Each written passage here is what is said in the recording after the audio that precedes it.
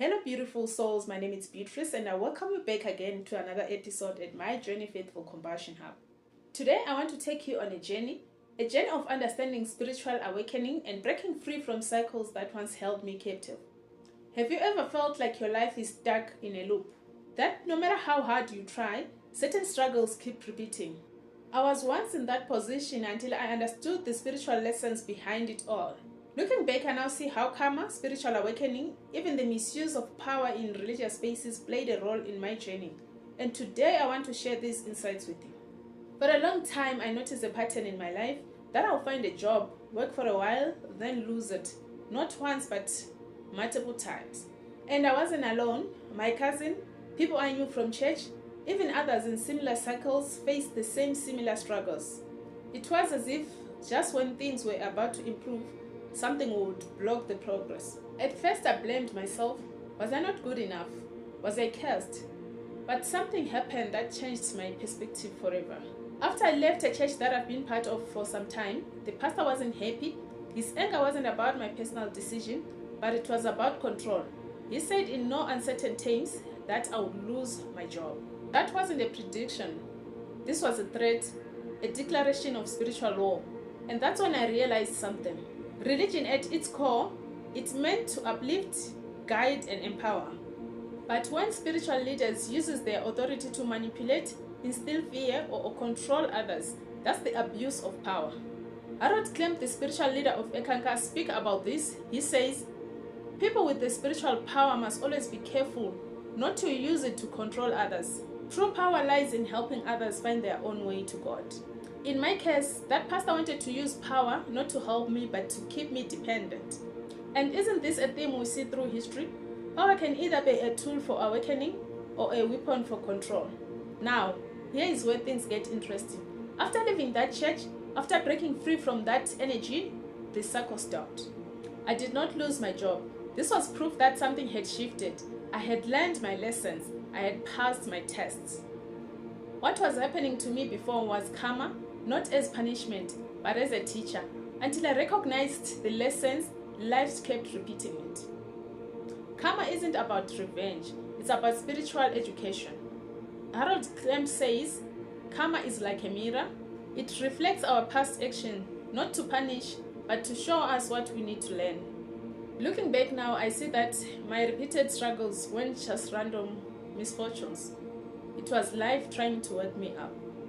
And for those still in that church, still stuck in those circles, I now understand that they are still learning their own lessons. Why you can't wake people up before their time. I used to want to shake people to say, wake up, don't you see what's happening? But now I understand that spiritual awakening is a personal journey. Harold Clem says every soul is on its own unique path to God. You cannot force enlightenment. You can only inspire it. People wake up when they are ready. Some need more time, more experience, more lessons, just like I did. So my dear listeners, I ask you today, are there patterns in your life that keep repeating? Do you feel stuck in cycles that seem not to end? Maybe, just maybe, life is trying to teach you something. Instead of you feeling frustrated, just ask yourself that what is the lesson here? Once you learn it, I promise the cycle will break, the way will open, and you will be free. Probably wait for your next lesson. Thank you for being on this journey with me. If this message resonates with you, please share your thoughts below in the comment section.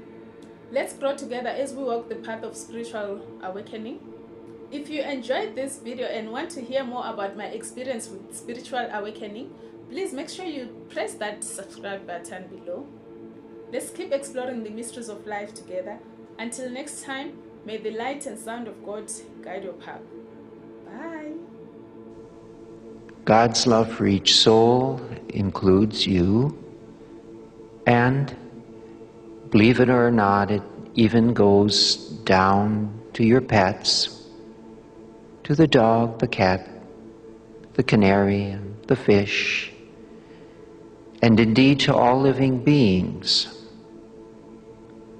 God has provided a way for all creatures to draw closer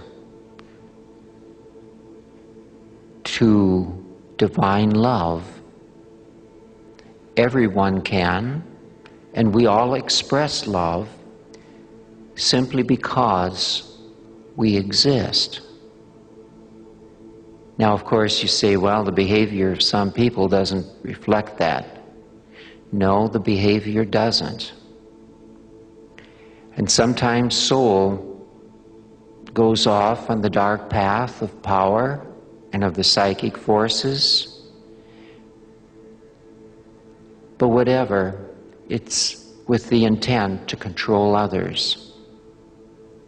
Now, this is against the principles of Ek, or the Holy Spirit.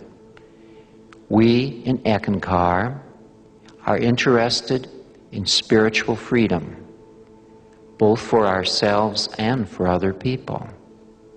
If someone chooses to become a Catholic or a Jehovah's Witness,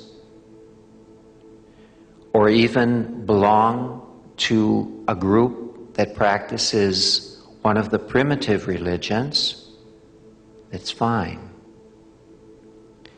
The test of any true religion is, does it help people into a greater state of consciousness and does it help them find love? And this should be the test. The next person is Marie. She's a very busy mom. She's active in Ek. She teaches some classes, is active in the Ek Center and all this, but at home, her first devotion goes to her husband and her 3 children. Some of them are in the teens. So she realized, she had this feeling that she's coming close to an understanding of who and what she is. Now, this is what everyone should be looking for. To find out who and what you are. This is what you want to do. Why are you here? What is your purpose?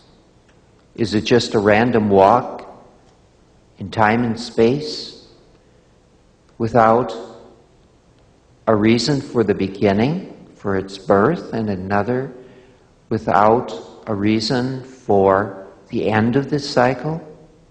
What's it all about?